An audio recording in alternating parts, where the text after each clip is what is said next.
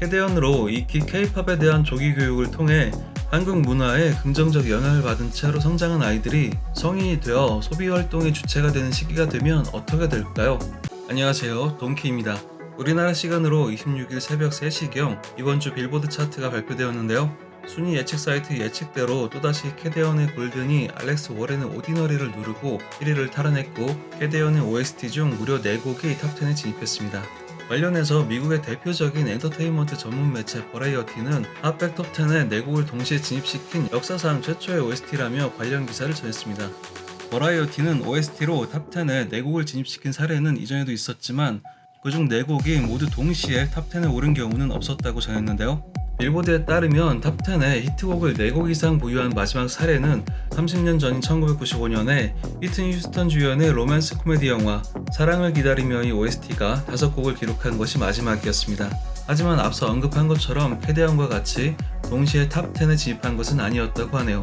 빌보드는 또한 OST에서 3곡이 동시에 상위 5위에 오른 마지막 사례 역시 존 트라볼타 주연의 영화 토요일 밤의 열기였다고 언급했습니다. 업계 관계자들은 골든이 2주 이상 미국에서 가장 인기 있는 곡이었다고 평가할 것이라 말했으며, 이는 스트리밍이 주요 성공 요인이었다고 전했습니다. 골든은 라디오 방송 횟수가 매우 적어서 지난주 1위 자리를 잠시 놓쳤었는데, 이번 주 방송 횟수가 무려 39% 증가하여 1620만 건의 라디오 노출을 기록했다고 밝혔는데요. 그럼에도 골든은 스트리밍과 라디오 재생 사이에서 여전히 큰 불균형이 존재한다고 언급하고 있는데, 빌보드에 따르면 골든은 스트리밍송 차트에서 5주 연속 1위를 차지했지만 라디오송 차트에서는 39% 상승했음에도 불구하고 42위에 그쳤습니다. 하지만 스트리밍에서 압도적인 우위를 점유하고 있다는 점을 감안하면 약간의 라디오 방송만으로도 빌보드 핫백 1위를 유지하기에 충분할 수 있다고 전했습니다. 그러면서 다음 주 차트에서는 그 힘이 더욱 커질 가능성이 있다고 말했는데요. 이는 지난 주말 넷플릭스가 캐대언의 극장 싱얼론 사용으로 인해 발생한 추가적인 관심이 반영될 수 있어서라고 말했는데, 그 이유는 캐대언이 박스오피스에서마저 1위를 차지한 것에 기반한다고 전했습니다. 2위는 지난주 1위였던 알렉스 워렌의 오디너리로 라디오에서 7,380만 건의 청취 조회수를 기록했는데요. 이는 그 주 골든의 4배 이상에 달하는 수치라고 전하며 기사는 마무리되었습니다. 이처럼 빌보드 핫백에서는 아직도 라디오라는 우리에겐 과거의 전유물이 되어버린 매체의 비중이 상당히 높은데, 2007년 이전엔 라디오 재생 건수가 핫100 차트에서 차지하는 비중이 무려 55%에 달했다가 시대가 변하면서 현재는 약 25%까지 줄었다고는 하지만 여전히 매우 큰 비중을 차지하고 있는 것이 사실입니다. 그런 라디오의 주요 청취자가 장거리 운전을 하는 트럭 운전사들인 만큼 그들의 귀에 익숙한 영어로만 구성된 노래가 방송 비중의 88.8%로 약 90%에 달하는데요. 그리고 스페인어 곡이 8.1%, 그 밖의 언어로 된 노래는 나머지 3.8%라는 매우 낮은 점유율을 나눠 갖고 있습니다. 이것은 2023년의 자료이지만 공개된 공식 통계가 매우 제한적이기 때문에 그나마 찾을 수 있는 가장 최근의 통계 자료인데, 2년이 지났다고 해서 그 비중이 크게 달라졌을 것 같지는 않습니다.